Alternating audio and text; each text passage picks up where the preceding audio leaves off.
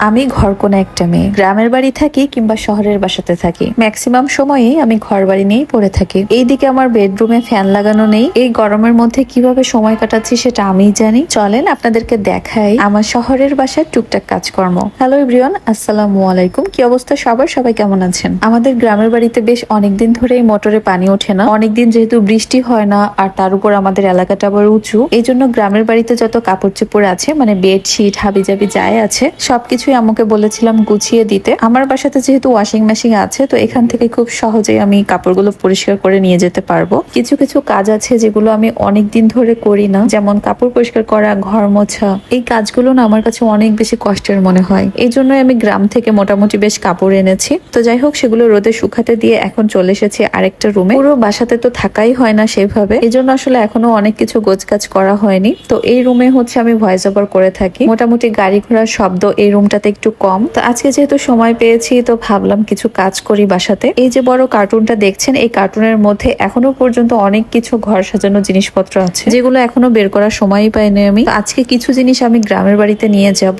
আর কিছু জিনিস রেখে দিব এখানে। শীত তো সেই কবেই চলে গিয়েছে, কিন্তু কম্বলটা এখনো পর্যন্ত উঠানো হয়েছিল না। তো ওইটাকে সুন্দর করে প্যাকেট করে আলমারির উপর রেখে দিয়ে এখন চলে এসেছি সোজা আমার কম্পিউটার টেবিলের সামনে। বাসাতে এখনো পর্যন্ত ইলেকট্রিক কোনো কিছুই সেট আপ করা হয়নি, মানে টিভি, পিসি, মনিটর কোনো কিছুই সেট আপ করা হয়নি। তো ওইগুলো অন্য একদিন করবো। তো আপাতত হচ্ছে আমি টেবিলটা সুন্দর করে গুছিয়ে রেখে এখন চলে এসেছি কার্টুনের সামনে। আর এই যে dream it then do it, এটা আমি নিজে এঁকেছি। তো যাই হোক, কিছু জিনিস এই যে আমি এখন একটা পলিথিনে ভরে নিচ্ছি, কেননা নতুন বাসাতে অনেক কিছুই নতুন নেওয়া হয়ে যায়। এগুলো এখন আর লাগছে না, এগুলো আমি গ্রামের বাড়িতে নিয়ে যাব। পুরো বাসাটা সুন্দর করে সাজানোর পরে একদিন আপনাদেরকে রুম ট্যুর দিব। তো আজকের এই ছোট্ট ভিডিওটা আমি এখানেই শেষ করছি। মাঝে মধ্যে এরকম ছোটখাটো ভিডিও নিয়ে আপনাদের মাঝে হাজির হব। তো যাই হোক, সবাই ভালো থাকবেন। আল্লাহ হাফেজ।